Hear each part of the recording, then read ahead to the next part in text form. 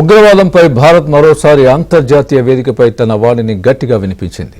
పెహల్గాం ప్రస్తావన లేకుండా ఉన్న SCO పత్రంపై సంతకం చేసేది లేదని రక్షణ మంత్రి రాజ్నాథ్ సింగ్ తేల్చి చెప్పేశారు.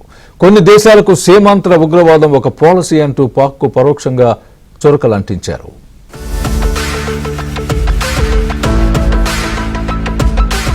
ఉగ్రవాదంపై తమ పోరాటం కొనసాగుతుందని భారత్ మరోసారి అంతర్జాతీయ వేదికపై స్పష్టం చేసింది. టెర్రరిజం విషయంలో వెనక్కి తగ్గేది లేదని పునరుద్ఘాటించింది. చైనాలో జరుగుతున్న SCO సమావేశంలో ఉగ్రవాదంపై భారత్ వాణిని కేంద్ర రక్షణ శాఖ మంత్రి రాజ్నాథ్ సింగ్ గట్టిగా వినిపించారు. ఉగ్రవాదంపై పహల్గాం ప్రస్తావనను తొలగించి బలూచిస్తాన్ అంశాన్ని పేర్కొన్న SCO పత్రంపై సంతకం చేయడానికి రాజ్నాథ్ సింగ్ నిరాకరించారు. ఇలాంటి తీర్మానాన్ని సమ్మతించమని తేల్చి చెప్పారు. దీంతో సంయుక్త ప్రకటనను SCO రద్దు చేయాల్సి వచ్చింది. ఉగ్రవాదాన్ని భారత్ ఉపేక్షించేది లేదంటూ చైనా సాక్షిగా పాక్ స్ట్రాంగ్ వార్నింగ్ ఇచ్చారు. పాక్ ఉగ్రవాదులు పహల్గాంలో 26 మంది పర్యాటకుల ప్రాణాలను బలిగొన్న విషయాన్ని గట్టిగా ప్రస్తావించారు. ఈ సందర్భంగా పాక్ ఉగ్రవాదంపై రాజ్నాథ్ సింగ్ కీలక వ్యాఖ్యలు చేశారు. కొన్ని దేశాలకు సీమాంతర ఉగ్రవాదం ఒక పాలసీ అంటూ పాక్ పై పరోక్ష వ్యాఖ్యలు చేశారు. కొన్ని దేశాలు ఉగ్రవాదులకు తమ దేశాల్లో ఆశ్రయం కల్పిస్తున్నాయని అన్నారు. ఇలాంటి ద్వంద్వ ప్రమాణాలకు చోటు ఉండకూడదన్నారు. అలాంటి దేశాలను విమర్శించడానికి SCO వెనకాడదన్నారు. భారత్ ఉగ్రవాదాన్ని ఏమాత్రం ఉపేక్షించదని, ఉగ్రవాద స్థావరాలను లక్ష్యంగా చేసుకోవడానికి వెనకాడదన్నారు. ఈ విషయాన్ని తమ చర్యల ద్వారా స్పష్టం చేసిందన్నారు. Through its actions.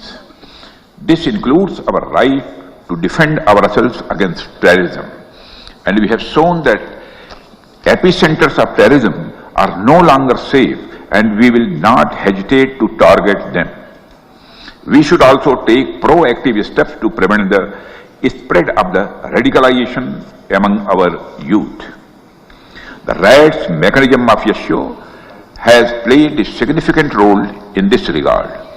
The joint statement of the Council of SCO heads of state on countering radicalization leading to terrorism, separatism and extremism issued during India's chairmanship symbolizes our shared commitment.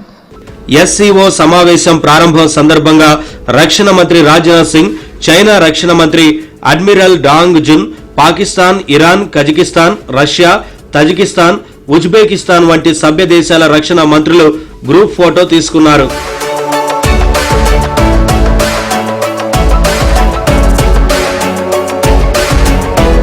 మరోవైపు అమర్నాథ్ యాత్రకు ముందు జమ్మూ కాశ్మీర్ లో ఉగ్రవాదుల encounter తీవ్ర కలకలం రేపింది.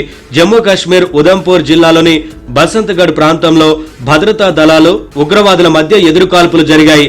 బిహాలీ ప్రాంతంలో భారత సైన్యం, కశ్మీర్ పోలీసులు సంయుక్తంగా ఆపరేషన్ నిర్వహించారు. ఈ సందర్భంగా ఉగ్రవాదులు సైన్యంపై కాల్పులకు తెగబడడంతో జవాన్లు వారికి గట్టిగా కౌంటర్ ఇచ్చారు.